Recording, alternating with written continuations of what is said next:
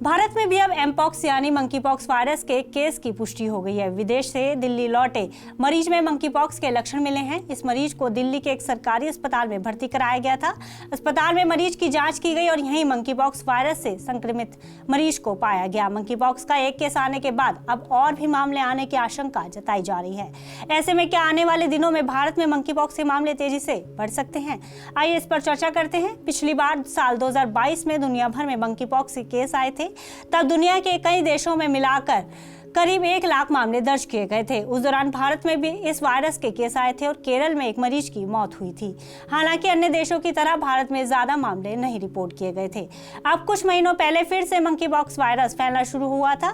पहले दक्षिण अफ्रीका में मंकी पॉक्स फैला था। इसके बाद दूसरे देशों में भी इसके केस बढ़ने लगे थे। लगातार बढ़ते मामलों को देखते हुए विश्व स्वास्थ्य संगठन ने इस वायरस को पब्लिक हेल्थ इमरजेंसी घोषित कर दिया था। 2 साल में दूसरी बार इस वायरस को इमरजेंसी घोषित किया गया था। तब से आशंका जताई जा रही थी कि भारत में भी मंकी पॉक्स का केस आ सकता है। सोमवार को एक केस की पुष्टि भी हो गई। महामारी विशेषज्ञ बताते हैं कि भारत में मंकी पॉक्स का जो संक्रमित मरीज मिला है उसमें मंकी पॉक्स के स्ट्रेन क्लेड 2 की पुष्टि हुई है। हालांकि ये वो स्ट्रेन नहीं है जिसके मामले दुनिया भर में बढ़ रहे हैं। भारत में साल 2022 में भी मंकी पॉक्स का क्लेड 2 ही मिला था। तब भारत में इस वायरस के करीब 30 मामले आए थे। ऐसे में इस बार भी कोई बड़ा खतरा नजर नहीं आ रहा है। लेकिन फिलहाल ये जरूर है कि इस वायरस को लेकर प्रशासन और लोग अलर्ट रहें। एहतियात के तौर पर एयरपोर्ट पर जांच बढ़ा दी गई है और बाहर से आने वाले लोगों को आइसोलेट करके टेस्ट करवाने की सलाह दी जा रही है। साथ ही उनके कांटेक्ट में आए लोगों की भी जांच की जा रही है। देश में मंकी पॉक्स का एक केस आने के बाद स्वास्थ्य मंत्रालय ने इस वायरस को लेकर राज्यों को दिशा निर्देश जारी कर दिए हैं, जिनमें मंकी पॉक्स वायरस की रोकथाम के लिए कड़ी एहतियात बरतने की सलाह दी गई है।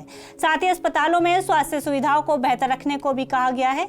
मरीज के बारे में केंद्रीय स्वास्थ्य मंत्रालय ने कहा है कि जो व्यक्ति अस्पताल में भर्ती है उसकी हालत अभी स्थिर है और वो ठीक है। मरीज को डॉक्टरों की निगरानी में रखा गया है। फिलहाल मरीज की ट्रैवल हिस्ट्री निकाली गई है और उसके संपर्क में आए लोगों की भी ट्रेसिंग की जा रही है।